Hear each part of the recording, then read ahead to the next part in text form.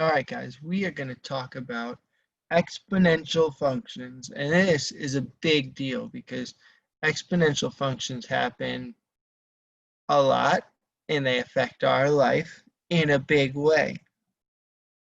For example, this pandemic is such a big deal because viruses spread in an exponential way. It happens very fast and gets big very fast. So we want to be able to do the math behind exponential functions so we can understand them and understand what's happening in our world.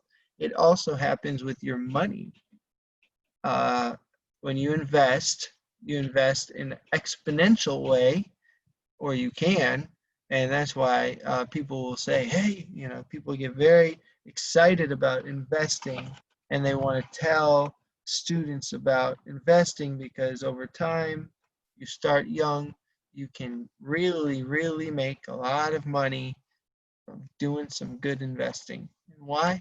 Because it's an exponential function. Okay, so there's also linear functions, but we want to figure out what we have here. So in this assignment here, it's not going to be exact because we're talking about models.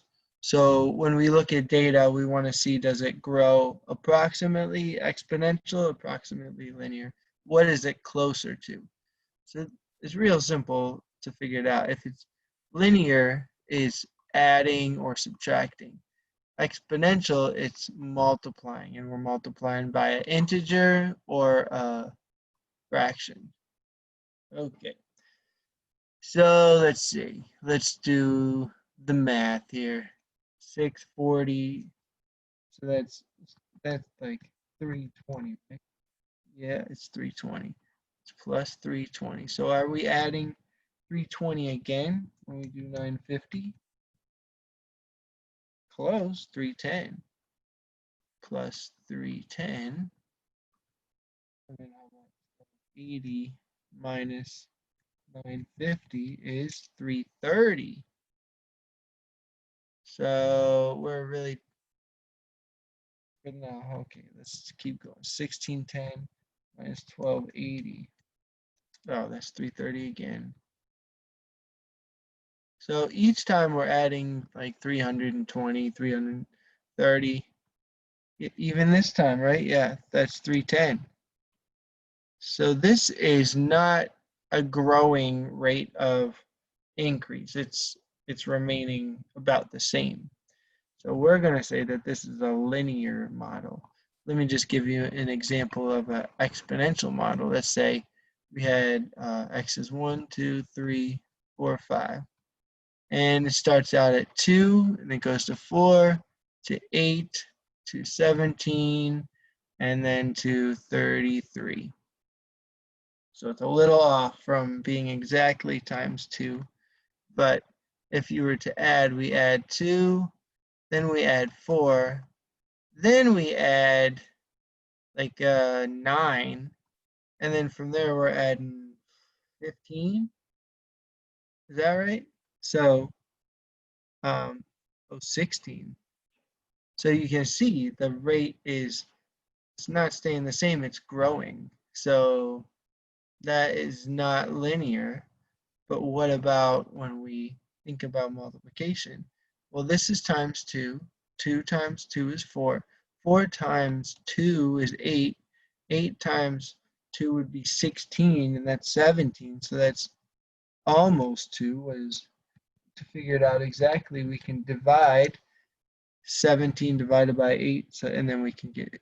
It's actually 2.125. That's what we're multiplying there. 33 divided by 17 is 1.94. So that's times 1.94. And you can see we're multiplying by approximately 2 each time. So this would be exponential because of the common multiplication. This is linear because the addition is the one that is the same. Okay. So graphs of exponentials. So you see that we have a function. Now we know We did function notation last week. And so g of x equals 5 times 2 to the x. So go ahead and write that down and circle. The number in front is the y-intercept. And then this, the 2, is called the growth factor. If it were less than 1 but greater than 0, it would be a decay factor and it would be going down. But we can see that this is growth. It starts low and it goes up. That's growth. All right. So this is not the same question though, because we can already see that the y-intercept here is 5. Okay, so if we were to graph this one, well, it would have a y-intercept of 5. 1, 2, 3, 4, 5. And then what would the point 1 be? Well, we can make a little table and figure that out. If we know the y-intercept is 5. Oh, all right, well, the y-intercept is 5. And then what is, when we substitute 1 in for x, 2 to the first is 2 times 5 is 10. So 110. So 6, 7, 8, 9, 10. And then we know the graph looks like this. And I think all the graphs in this assignment don't have a plus or a minus after them. So they'll all have this this curve right here happening at the x-axis. It's called an asymptote. This graph is never going to get lower than the x-axis. It's going to get really, really close to it, and it's never actually going to touch it, but that's why, that's the curve. So we can talk more about that. It's called an asymptote. Very interesting word. Okay. Oh, we still have to do this one. I can't get out of it. Okay, so let's see if we can use the reasoning. You know, the y-intercept here is 5.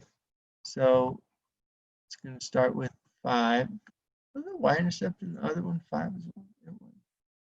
And then I said it didn't work. Well, do you know what? This is crazy. I said it wasn't the answer, but it is the answer because look, 1. And the funny thing is, these were 2 different questions, but we can see that this goes through 110. And it also goes through 0, 5. So if we compare consecutive x values, then we can just divide their y values to get our growth factor. And so that is 2. So we know this is definitely 5 times 2 to the x. Well, all right.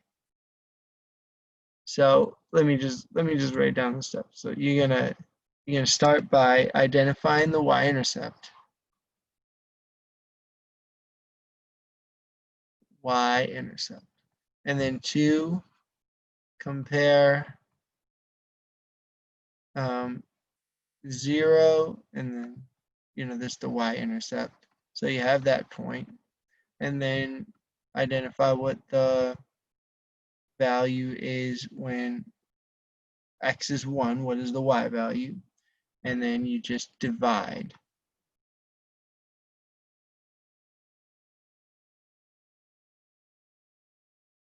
And that is your growth factor.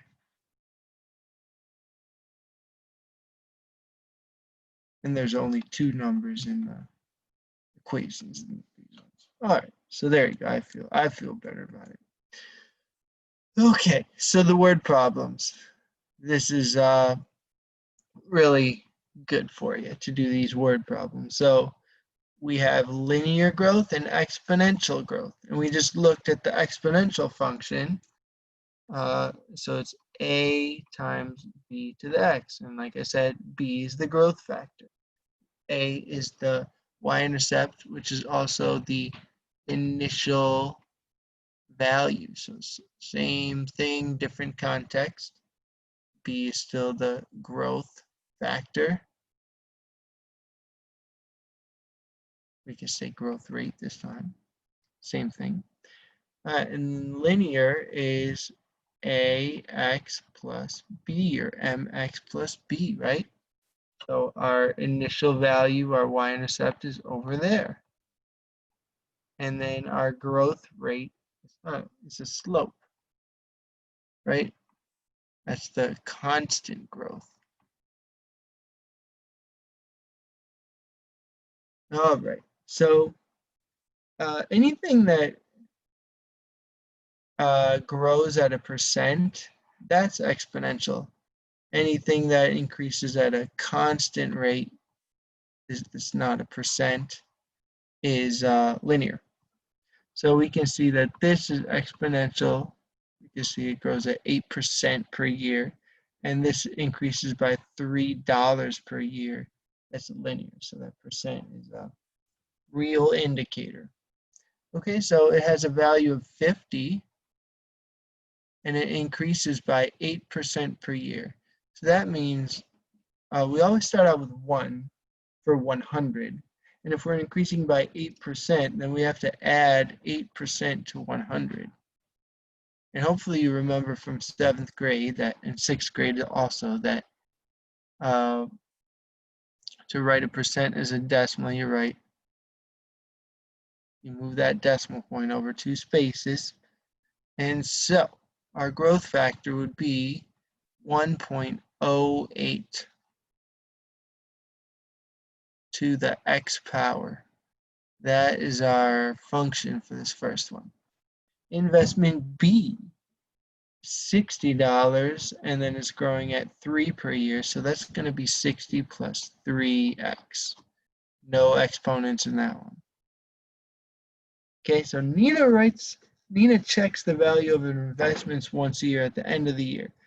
What is the first year in which Nina sees that investment A's value exceeded investment B's value? So then, well, what we can do is, oh boy, this is going to be a fun one. We're going to go to Desmos, which is an online, beautiful, free math graphing calculator. Okay. So I'm going to put in 51.08 to the x. 51.08 to the x power. No 7 there. And then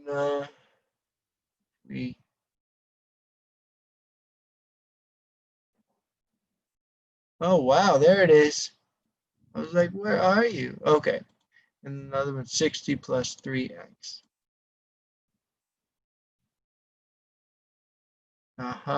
Okay. So we want, this is intersection, but it's in the negatives. So we want to find the intersection of these two, and that will tell us the point at which they change. So it's looking like the first year is right around 10. No, oh wow, I think it's 5 is when they intersect. Right in the middle there. Zoom. Oh, it's not exactly 5, but it looks like 6, 7, 8, 9, 10. Okay, so man, it's like in year 5, we're not all the way to 6 is right here.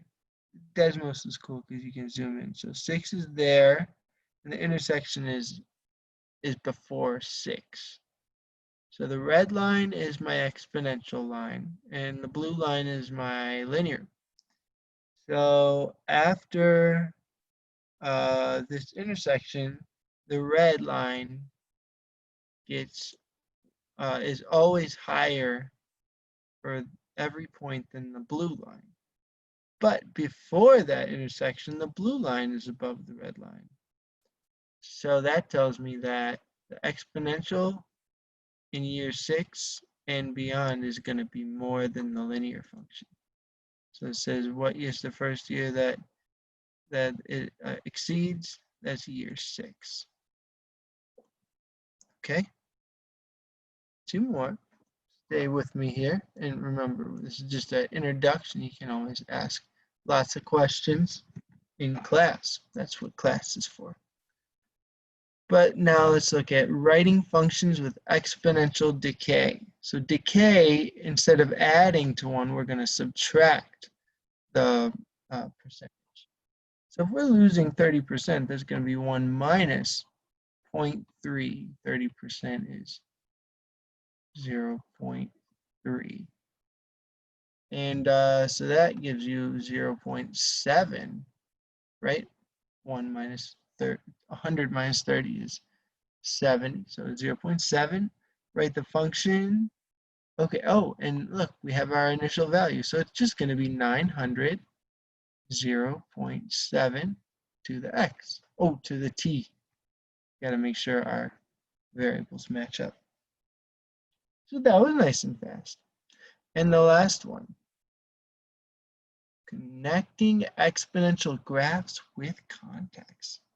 At the moment, a hot iron rod is plunged into freezing water. The difference between the rods and the water's temperature is 100 degrees Celsius. This causes the iron to cool, and the temperature difference drops by 60% every second. Which graph shows the temperature difference y after x seconds? So this is just giving you some graphs. I didn't copy and paste all the graphs, but we could just make sense of what this is. So it's dropping, so that means it's not going to go up like that because that's growth. So if it's dropping decay, then we know the graph is going to go down like that. Okay, and the difference is 100 degrees Celsius. Oh, yeah. So at the moment, so it's 100 right there. And then the iron causes it to cool. So it's going to drop, drop, drop. But exponential, so it drops slower and slower as time goes on. It has a really fast drop at the beginning, and then it kind of levels off. So the graph that shows the relationship looks something like that.